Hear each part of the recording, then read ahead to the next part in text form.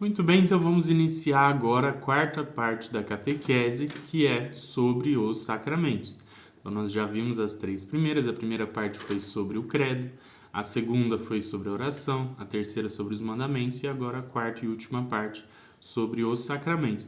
Lembrando você que eu sempre coloco a folhinha de resumo daquilo que a gente viu na aula, que é como se fosse um guia daquilo que você tem que estudar no Catecismo de São Pio X, tá? Então você vai lá, baixa, imprime isso aí para você ler, que é um resumo bem breve, numa folhinha de frente e verso, tem ali tudo que a gente vê em cada uma das aulas, tá bom? Então na aula de hoje é sobre os sacramentos em geral, né? A quarta parte inteira é sobre os sacramentos e nessa primeira, que é essa aula, a gente vai ver uma introdução ao que é os sacramentos. Então, antes de falar de cada um dos 7 sacramentos, né, sobre o batismo, sobre a crisma, sobre a Eucaristia, sobre a confissão, sobre a unção, a extrema-unção, antes de falar de cada um deles, a gente vai ver, de modo geral, o que é um sacramento.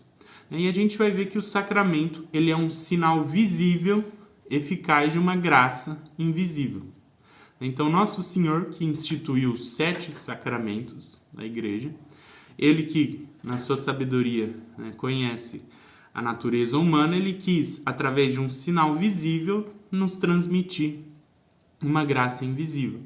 Então, os sacramentos, eles sempre vão ter esse sinal visível que a gente pode ver com os nossos olhos, que a gente pode ouvir com os nossos ouvidos, e que ao ver esse sinal visível, a gente tem a certeza de que ali está sendo transmitido uma graça invisível. Então, por exemplo, vamos ver o caso do sacramento do batismo. Quais que são os sinais visíveis, os que a gente chama de matéria e forma do sacramento? A matéria é o que? É a água limpa, a água potável para se usar no sacramento. Qual que é a forma? A forma são aquelas palavras que o padre vai dizer: eu te batizo em nome do Pai, do Filho e do Espírito Santo. Amém. Então, esse sinal visível da água, com esse sinal visível do ouvir ele falar a forma do sacramento, com a intenção de fazer aquilo que a igreja faz, a gente tem um sacramento, A gente tem a transmissão daquela graça invisível referente ao batismo.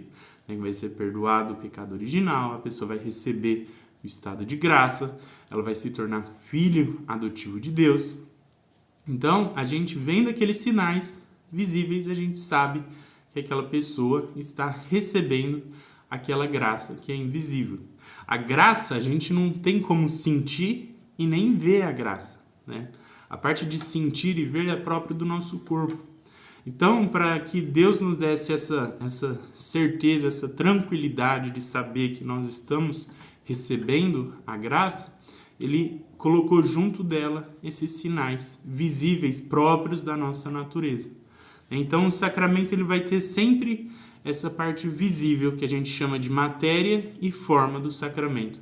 A matéria vai ser por exemplo, a água no batismo, o óleo de oliveira com bálsamo no sacramento da crisma, o pão de trigo e o vinho de uva vinho tinto de uva na Eucaristia. Então, cada um dos sacramentos vai ter essa matéria e vai ter a forma do sacramento.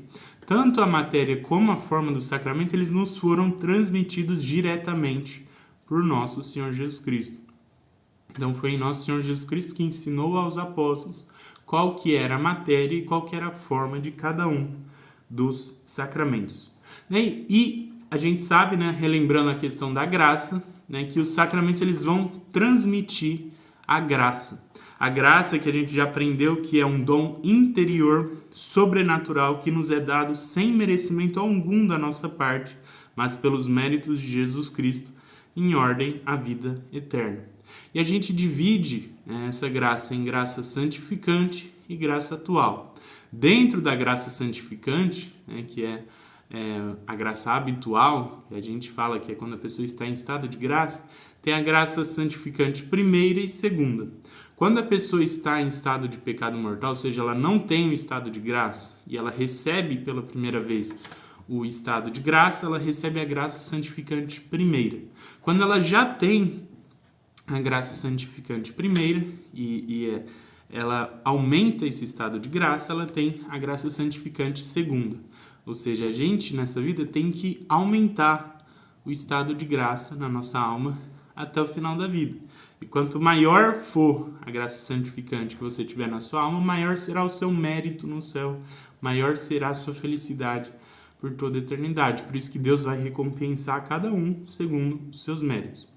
Aqueles sacramentos que são dados para as pessoas que ainda não têm o estado de graça, como por exemplo o batismo, um bebê quando ele nasce sem o estado de graça por causa do pecado original, né? Isso nós já vimos lá, que quando Deus criou o homem e a mulher, ele criou eles em estado de justiça original e eles tinham ali o estado de graça. Mas devido ao pecado original, eles perderam esse estado de justiça original e todos os seus descendentes nascem sem o estado de graça. E aí veio o sacrifício de nosso Senhor Jesus Cristo na cruz, que satisfez a justiça divina, né, por nós. E aí sim, Deus poderia nos dar o estado de graça novamente. Ele ia dar isso através dos sacramentos. E o batismo é o primeiro deles, né? Por isso que a gente chama de sacramentos dos mortos e sacramentos dos vivos. Sacramentos dos mortos é dado àquelas pessoas que não têm o estado de graça, né? Que ainda não têm a graça primeira, que é o batismo e o sacramento da confissão, o sacramento da penitência para aqueles que cometeram um pecado mortal, né? Porque a gente sabe que quando a pessoa comete um pecado mortal, ela perde o estado de graça. Então, se você perdeu o estado de graça, você vai se aproximar do sacramento da penitência. Por isso que ele é um sacramento dos mortos. O batismo também. Por quê? Porque se você ainda não foi batizado, você ainda não tem o estado de graça. Então você ainda está morto espiritualmente. Então por isso que o sacramento dos mortos, né, é o sacramento do batismo e o sacramento da confissão. Os sacramentos dos vivos são aqueles sacramentos que nós só podemos nos aproximar deles se nós já estamos em estado de graça. De modo que se aproximar de um sacramento dos vivos sem um estado de graça, ou seja, estando morto, é um sacrilégio muito grave. Então, um exemplo de um sacramento dos vivos é a Eucaristia. Por isso que a igreja ensina que você jamais pode se aproximar da Eucaristia sem estar em estado de graça. Então, se você cometer um pecado mortal, você tem que primeiro se confessar no sacramento da confissão, aí você vai receber estado de graça e aí sim você pode se aproximar da Eucaristia. No sacramento da Crisma também, você precisa estar em estado de graça, né, para receber ele. Se você recebe o sacramento da Crisma não estando em estado de graça, isso é um sacrilégio. O sacramento vai ser válido, mas os efeitos dele só vão vir na sua alma quando você se confessar e receber novamente o estado de graça. Então, os outros sacramentos, depois do batismo e da confissão, todos eles são sacramentos dos vivos. Ou seja, você precisa estar em estado de graça para recebê-los.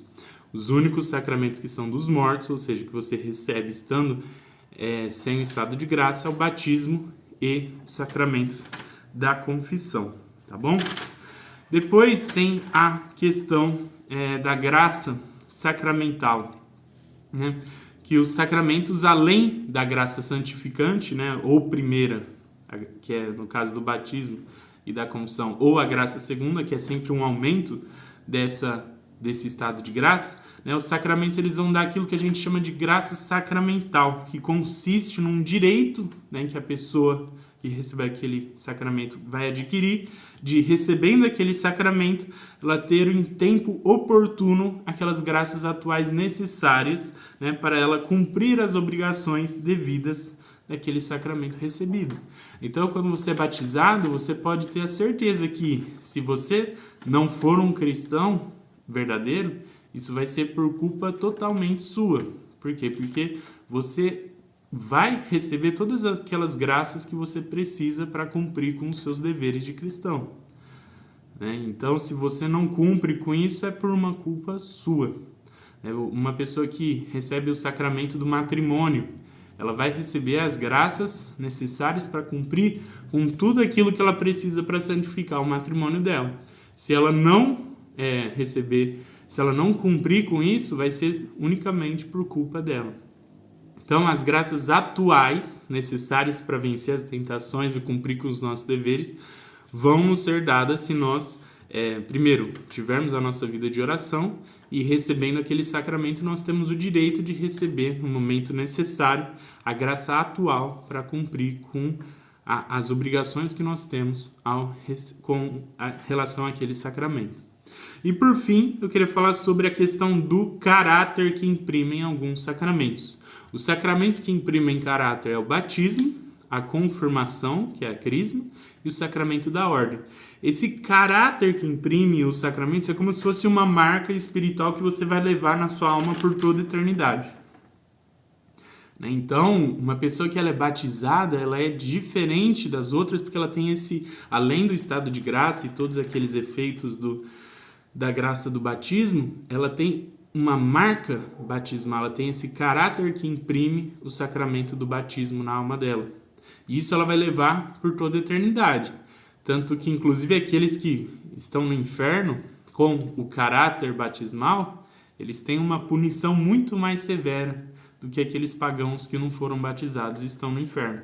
Por quê? Porque ele, por ter sido batizado, ele tinha aquela graça sacramental, ou seja, ele tinha as graças atuais necessárias para cumprir com as obrigações devidas, né, com aquele sacramento.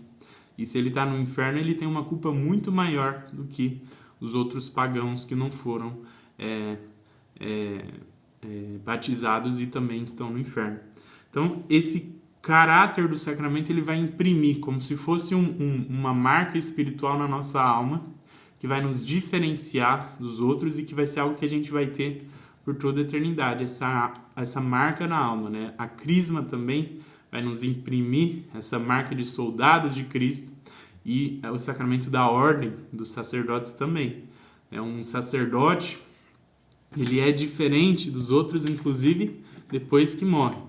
No inferno, se ele vai para o inferno, a culpa dele vai ser mais grave de todas, né? Por isso que Santo Afonso fala, né, que os sacerdotes que se condenam são as almas que mais sofrem no inferno.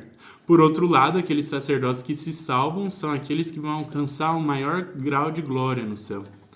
Então, essa marca, né, que imprime cada um desses 3 sacramentos faz essa distinção, né? Ele é como se fosse essa marca espiritual que nós vamos levar junto conosco por toda a eternidade. E dos sacramentos que tem esse caráter, né? Esse caráter que imprime é o batismo, a crisma e o sacramento da ordem. Tá bom? Então nós vimos de modo resumido o que são os sacramentos, né? Que são esses sinais eficazes da graça. E agora você vai estudar as questões de 515 a 548 do Catecismo de São Pio X, tá bom? Imprima a folhinha, dê uma relida, leia também o seu Catecismo de São Pio X e até a próxima aula, tá bom? Então, um abraço a todos, fiquem com Deus.